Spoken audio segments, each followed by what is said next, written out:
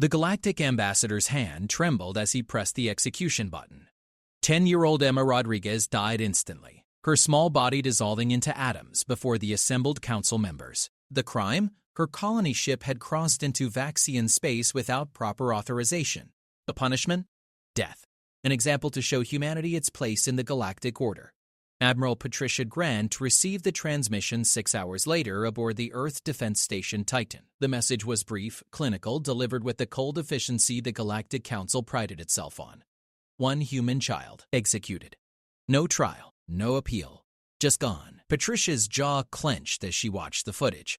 Emma had been crying, calling for her mother. The council representatives had shown no emotion. To them, she was just another inferior species that needed to learn respect for their betters. The Admiral's hands moved across her command console with practiced precision. She opened a channel to Earth Central Command. The face that appeared on screen belonged to General Marcus Webb, his silver hair and weathered features a testament to 40 years of military service. "They killed a child, Marcus," Patricia said, her voice deadly calm. "I saw the transmission," Marcus replied. "The President is convening the Security Council now. What are our orders?" Marcus was quiet for a long moment. When he spoke again, his voice carried a weight that made Patricia's spine straighten. "Activate Protocol Omega." Full deployment. No warnings. Patricia felt her blood run cold. Protocol Omega. The contingency plan Earth had prepared for this exact scenario. The plan nobody thought they would ever use. Confirmation code. She asked Sierra November 77 Black. Marcus said, "Patricia, they wanted to teach us a lesson. We're going to teach them one instead." The channel closed. Patricia turned to her command crew. 20 officers stared at her, waiting. They had all seen the footage. They all knew what was coming. "Activate Protocol Omega," she ordered. "Begin stealth deployment of all Eclipse-class vessels. Target the Council homeworlds. I want quantum disruptors armed and ready within 2 hours." Her tactical officer, Commander Lisa Hayes, looked up from her station. "Admiral, the Council has 12,000 warships. We have 300. They have 12,000 warships," Patricia agreed. "We have something better. We have patience, preparation, and a very good reason to be angry." Across human space, the message spread through encrypted channels. Silent. Deadly. Deadly. Humanity had spent 2 centuries being dismissed by the galactic community.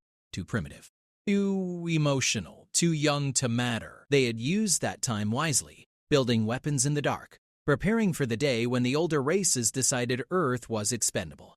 That day had arrived. The Eclipse-class stealth ships began their deployment, slipping through quantum shadows where Council sensors couldn't detect them. Each vessel carried enough firepower to crack a planet's crust. Humanity had 300 of them, positioned around every major Council world. Patricia pulled up Emma's file. The girl had wanted to be a botanist. She loved growing flowers in the colony ship's hydroponics bay. Her favorite color was yellow. She had a younger brother named Danny, who was probably crying right now, wondering why his sister wasn't coming home. The Admiral closed the file and opened the firing solutions. The Council had made their choice. Now Earth would make theirs. The Vaxian High Council chamber buzzed with self-congratulation. Ambassador Krell stood before his peers, accepting their praise for the swift execution. The humans needed to understand their place. The message had been sent. Order was maintained. The human government has been silent, Krell reported. No protests. No diplomatic outreach. They appear to have accepted our judgment. Council leader Tharn nodded with satisfaction. His crystalline features reflected the chamber's lights as he addressed the assembly. As expected, the humans understand power when they see it. This incident is closed. The first quantum disruptor struck Vaxis Prime 17 minutes later. The weapon bypassed every shield, every defense grid, every early warning system the Vaxians possessed. It phased directly into the planet's core and detonated with the force of a collapsing star. The explosion didn't just destroy the planet. It erased it. Where Vaxis Prime had existed for 4 billion years, there was now nothing but dispersing energy and cosmic dust. 8 billion Vaxians died in 1.3 seconds. The Council's emergency channels erupted in panic. How had this happened? What weapon could bypass their defenses? Who had attacked? The answer came 60 seconds later when Earth's transmission reached every Council world simultaneously. The face on screen belonged to President Catherine Mills, but her expression carried no diplomatic warmth, no negotiation. Just cold, absolute certainty. "You killed Emma Rodriguez," she said simply. "A 10-year-old girl whose only crime was being on a ship that made a navigation error. You executed her without trial, without mercy, without hesitation. You wanted to send humanity a message about our place in your galactic order." Catherine leaned forward slightly. Message received. "Here's ours." The transmission ended. 3 seconds later, the Corvallian homeworld vanished in quantum fire. Then the Thessian capital. Then the Merguin core colonies. One by one, Council worlds disappeared from existence. Not conquered. Not occupied. Simply erased as thoroughly as Emma Rodriguez had been erased from the universe. The Eclipse-class ships fired with mechanical precision, following targeting solutions prepared years in advance. Humanity had mapped every Council world, every military installation, every center of government. They had waited patiently, hoping they would never need to use this information. The Council had made that hope irrelevant. Ambassador Krell died on the 5th world to fall, the Nexar diplomatic hub. He had time to understand what was happening, time to realize the magnitude of his mistake. His last thought was of the small human child he had executed so casually, and how that single act of cruelty had condemned his entire species. Admiral Patricia Grant watched the tactical display as world after world winked out of existence.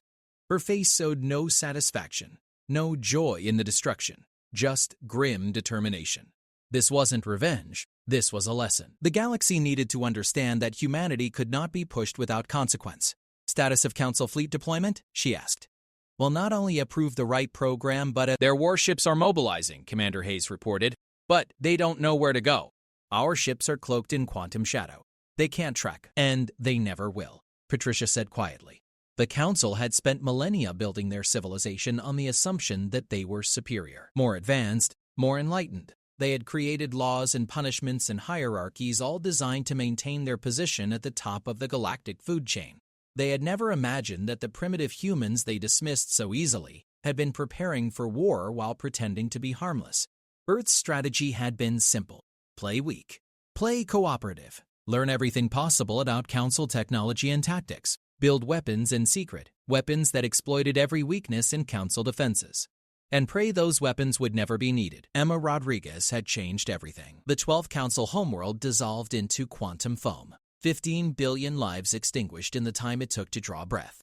The Council's pleas for negotiation flooded Earth's communication channels, but Catherine Mills had disabled all incoming transmissions. There would be no negotiation. No ceasefire, no mercy. The Council had set the terms of engagement when they killed a child. Now they would live with those terms, however briefly. General Marcus Webb stood in Earth's Central Command, watching the casualty estimates climb into the trillions. His staff looked to him for orders, for some sign of hesitation. They found none. "Sir," his aide said carefully, "the death toll is approaching 2 trillion beings. Should we consider the Council's surrender offers?"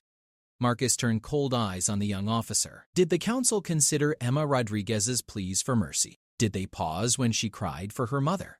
Did they show restraint when executing a child for a navigation error? The aide said nothing. "We warned them," Marcus continued. "Every first contact protocol, every diplomatic exchange, every treaty negotiation. We told them explicitly that humanity protects its children above all else. We made it clear that harming a human child would be considered an act of total war. They didn't listen. They thought we were bluffing. They learned otherwise." The 17th Council world vanished from the galaxy. Across human space, the population watched the destruction in silence. There were no celebrations, no victory parties. Just quiet, terrible understanding of what their species had become capable of when pushed far enough. Parents held their children closer. Teachers struggled to explain the images on every screen. Children asked questions that had no good answers. Emma Rodriguez had been one child, one little girl who wanted to grow flowers. Her death had triggered a cascade of destruction that would reshape the galaxy forever. Admiral Grant received updated intelligence from human deep space monitors. The remaining Council fleets were in full retreat, abandoning their territories and fleeing into deep space. Some species were attempting to surrender. Others were trying to negotiate. A few were preparing desperate last stands. It didn't matter. The Eclipse-class ships had their orders.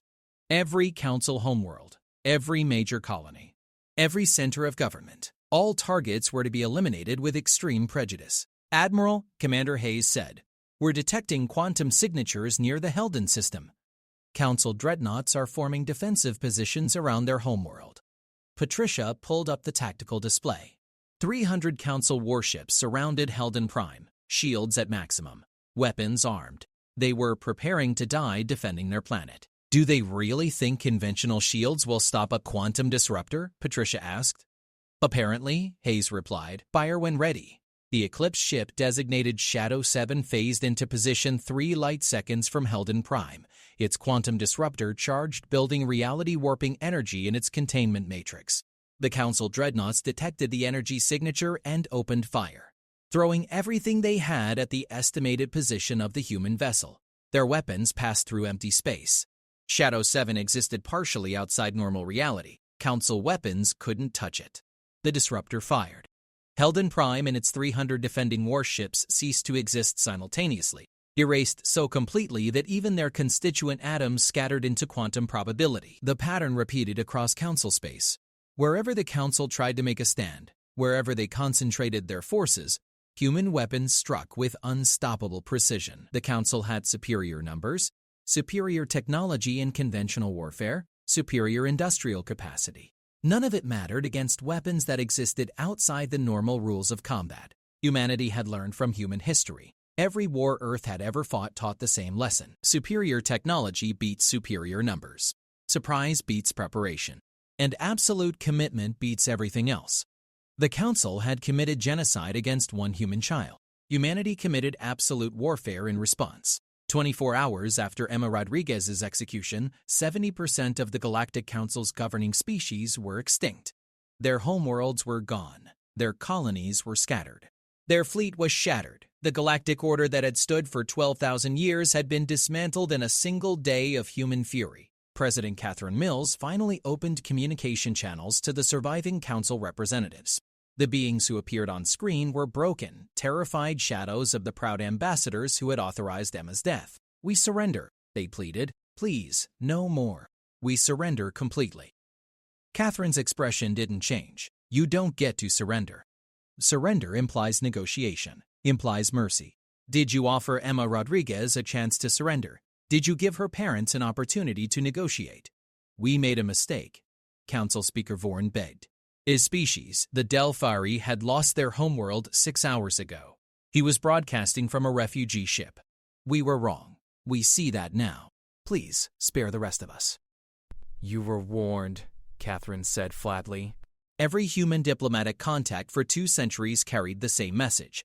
Harm our children and face total war. You thought it was posturing. You thought we were too weak, too primitive, too insignificant to be a real threat. You chose to test that assumption with a 10-year-old girl's life. She leaned forward. The galaxy is watching this transmission. Every species, every civilization, every society that thought humanity was weak and primitive. I want them to understand something fundamental about us. We don't make empty threats. We don't bluff. We don't forgive attacks on our children. Catherine's voice dropped to a whisper that somehow carried more weight than a shout. Emma Rodriguez wanted to grow flowers. She had a little brother. She had parents who loved her. You took that from her because you could, because you wanted to prove your power, because you thought there would be no consequences. The transmission shifted to show a real-time tactical display of remaining Council worlds. Red markers indicated human weapons in position, ready to fire. Here are your consequences, Catherine said. Every world that voted for Emma's execution is gone. Every species whose representative supported the decision is extinct. We have the capacity to eliminate every remaining Council world within the next 6 hours. We have weapons positioned and ready. Bourne's alien features contorted in terror. What do you want from us? Want? Catherine's laugh was bitter. I want Emma Rodriguez alive. I want her to grow up and become the botanist she dreamed of being. I want her parents to watch her graduate, to walk her down the aisle someday, to meet their grandchildren. Since I can't have that, since you took that possibility from the universe, I'll settle for making sure this never happens again. She stood. The Galactic Council is dissolved as of this moment. Any attempt to reform it will be considered an act of war against humanity. All Council laws are void. All Council territories are now contested space. And every species in this galaxy will remember what happens when you hurt a human child. The transmission ended. The Eclipse ships held position around the remaining Council worlds. Quantum disruptors armed but not firing. The threat was clear. Humanity could finish the extermination at any moment. They chose not to. But that choice could be revoked instantly if challenged.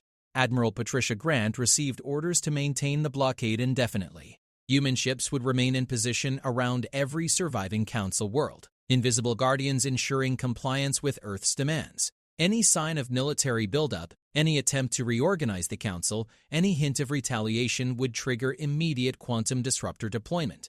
The galaxy had learned a hard lesson.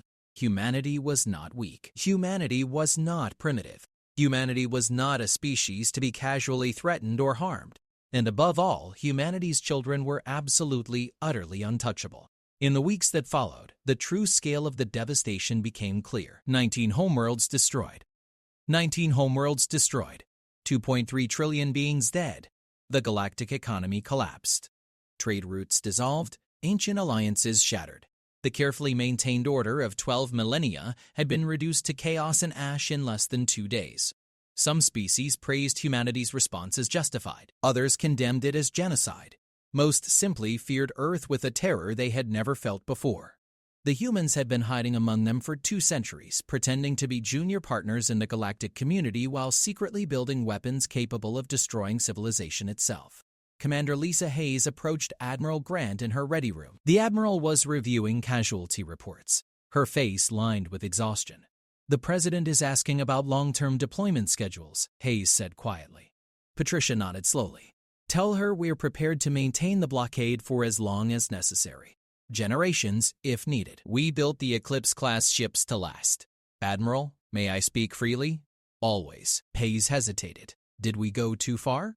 2 trillion dead for one child? Patricia turned to face her second-in-command. "The Council had been testing us for decades, Lisa. Small violations of our territory. Trade restrictions, diplomatic insults. They were building up to something bigger. The execution of Emma Rodriguez wasn't an isolated incident. It was a declaration. They were telling us, telling the entire galaxy, that human lives don't matter. That we could be killed on a whim without consequence." She pulled up Emma's photo on her display. The little girl smiled at the camera, holding a yellow flower she had grown herself. If we had responded with anything less than overwhelming force, every species in the galaxy would have seen it as confirmation that humans are second-class citizens. Our colonies would have been raided. Our ships would have been attacked. Our children would have been in constant danger. The Council would have kept pushing until we either submitted completely or were wiped out. Patricia closed the image. 2 trillion dead is a horrifying number, but it's a number that ensures no one will ever harm another human child. That's a trade I can live with. Hayes was quiet for a moment. "Do you think Emma would have wanted this?" "Emma was 10 years old," Patricia replied. "She wanted to grow flowers and play with her brother. She didn't want any of this. But what Emma wanted became irrelevant the moment the Council decided her life was expendable. We didn't choose this war, Lisa. We didn't choose the terms of engagement. We just finished it." On Earth, Emma Rodriguez was buried in a cemetery overlooking the Pacific Ocean. Her parents stood before the grave, unable to cry anymore. They had cried for days. Now they just felt empty. President Catherine Mills attended the funeral personally. She had never met Emma, never even known the girl existed until the Council killed her. Now Emma's death had reshaped human destiny and galactic politics forever. "I'm sorry," Catherine said to Emma's parents. "I know that means nothing. I know we can't bring her back. But I want you to know that Emma's death was not in vain. Because of what happened to your daughter, no other human family will ever face this kind of loss again."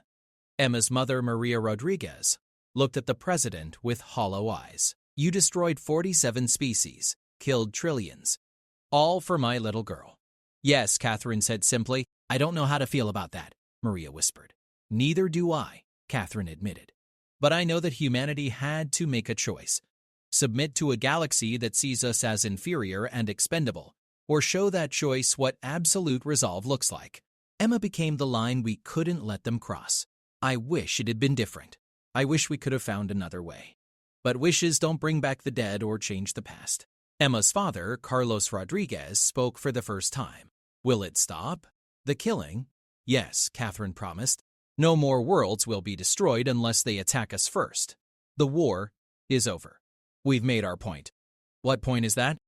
Carlos asked bitterly. "That we're monsters?" Catherine met his gaze steadily. "That we're parents, that we protect our children, that anyone who harms them faces consequences so severe that the very idea becomes unthinkable. The galaxy thought humanity was weak because we value compassion and cooperation. They learned that our compassion has limits. Now they know where those limits are. The funeral ended. Emma was laid to rest beneath a yellow rosebush, her favorite flower. The galaxy mourned, feared, and learned. General Marcus Webb reviewed the after-action reports in his office. The numbers were staggering. Human casualties 0, council casualties 2.3 trillion. Material cost to Earth 300 stealth ships revealed. Quantum disruptor technology no longer secret. Strategic benefit: absolute deterrence against future aggression. His aide knocked and entered. Sir, we're receiving thousands of communications from independent species. They're asking about Earth's intentions. What are they afraid of? Marcus asked, though he already knew the answer. That will decide their threats too. That will expand our campaign beyond the Council. There they saw what we did. They're terrified. Marcus nodded slowly. Good. Fear will keep them from testing us. Respond to their communications with a standard message. Earth has no territorial ambitions. We don't seek to conquer or dominate. We only want our people to be safe. Any species that respects human sovereignty will be treated as a friend. Any species that threatens us will face the same fate as the Council. That's going to keep them afraid, sir. That's the idea, Marcus replied. Fear is an honest emotion. Better they fear us and leave us alone than pretend friendship while plotting attacks. The Council smiled and shook our hands while planning how to exploit us. That ends now. The galaxy reorganized itself around Earth's new dominance. Trade agreements were renegotiated with terms favorable to humanity. Disputed territories were ceded without argument. Ancient species that had never acknowledged Earth's existence now sent ambassadors bearing gifts and pledges of friendship. Humanity accepted the gestures warily. Trust had to be earned. The Council had taught that lesson well. 6 months after Emma's death, the last Eclipse-class ship returned to Earth space. The blockades remained in place, automated weapons platforms maintaining overwatch on former Council worlds. But the active war was over. Admiral Patricia Grant retired from service. She had done what was necessary, what her orders demanded. Now she wanted nothing more than to forget the tactical displays, the casualty reports, the cold calculations of genocide. She visited Emma's grave on her way home. The yellow roses were blooming. I hope it was worth it, Patricia said to the headstone. I hope that what we did in your name actually makes the galaxy safer. I hope your brother grows up in a universe where he never has to fear what happened to you. The roses swayed in the breeze. Emma didn't answer. The dead never do. Patricia left the cemetery and went home. The war was over. Humanity had won absolutely, completely, and at a cost that would echo through history. The galaxy would never forget Emma Rodriguez, the little girl who loved flowers, the child whose death had rewritten the rules of galactic civilization, the symbol of humanity's absolute line. Years passed. New generations grew up knowing Earth as the dominant power in the galaxy. Children learned Emma's story in school, though teachers struggled to explain the moral complexities. Was humanity right to respond with such overwhelming force? Was there another way? Could the deaths of trillions ever be justified? The questions had no simple answers. They never do. But one thing became undeniably clear. After Emma Rodriguez, after the day humanity erased the Galactic Council from existence, no one ever threatened a human child again. No one even considered it. The lesson had been taught with absolute clarity. Humanity protects its children. Cross that line and face extinction. The galaxy remembered. Or humanity made sure the galaxy would never forget.